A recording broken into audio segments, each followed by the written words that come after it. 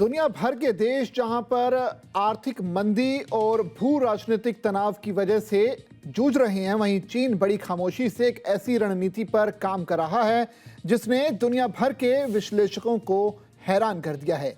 चीन एक बार फिर से रिकॉर्ड स्पीड से दुनिया के दो सबसे महत्वपूर्ण और ताकतवर संसाधन यानी गोल्ड और क्रूड ऑयल जमा कर रहा है। क्रिप्टो और डॉलर से अलग चीन अपनी वित्तीय संप्रभुता को पूरी तरह से हैक प्रूफ और सुरक्षित बनाने में लगा है।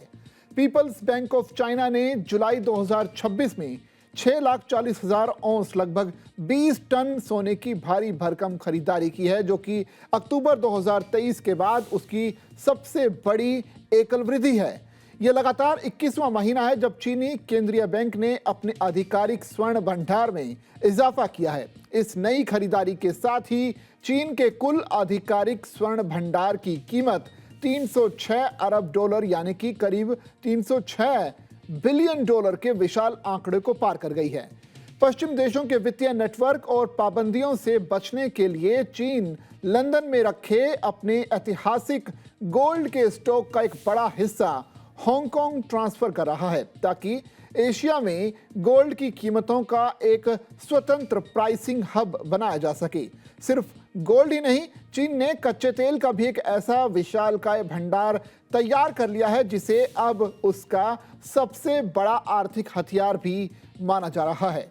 रैंड की एक नई स्टडी के मुताबिक चीन ने अपनी रणनीतिक और एंटरप्राइज इन्वेंट्री में 1.4 अरब बैरल कच्चा तेल जमा कर लिया है। यह भंडार अमेरिका के रणनीतिक पेट्रोलियम रिजर्व में मौजूद 413 मिलियन बैरल से 3 गुना से भी ज्यादा है। प्राइस वाटरहाउस कूपर्स के विशेषज्ञों के मुताबिक यह विशाल भंडार चीन को ग्लोबल मार्केट में प्राइम परचेजिंग पावर देता है।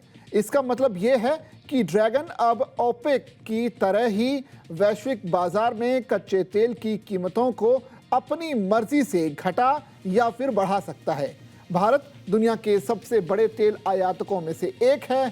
ग्लोबल मार्केट में चीन का ये दबदबा भारत के लिए एक भयानक प्राइस शॉक पैदा कर सकता है, क्योंकि अगर चीन बाजार में अपना तेल उतारता है या फिर भारी मात्रा में अचानक से इसे खरीदता है तो कीमतों में बेतहाशा उतार चढ़ाव आ सकता है। कच्चे तेल के दाम बढ़ने का सीधा सा मतलब यह है कि भारत का आयात बिल बढ़ेगा, रुपया कमजोर होगा और ट्रांसपोर्टेशन से लेकर खाद यानी कि फर्टिलाइजर तक हर चीज आम आदमी के लिए महंगी हो जाएगी।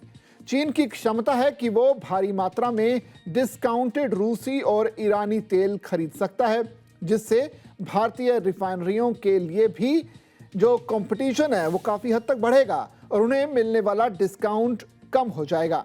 चीन की एक खामोश लेकिन आक्रामक रणनीति साफ तौर पर इशारा कर रही है कि वो भविष्य के किसी भी बड़े वैश्विक संकट के लिए खुद को पूरी तरह से आत्मनिर्भर बना रहा है।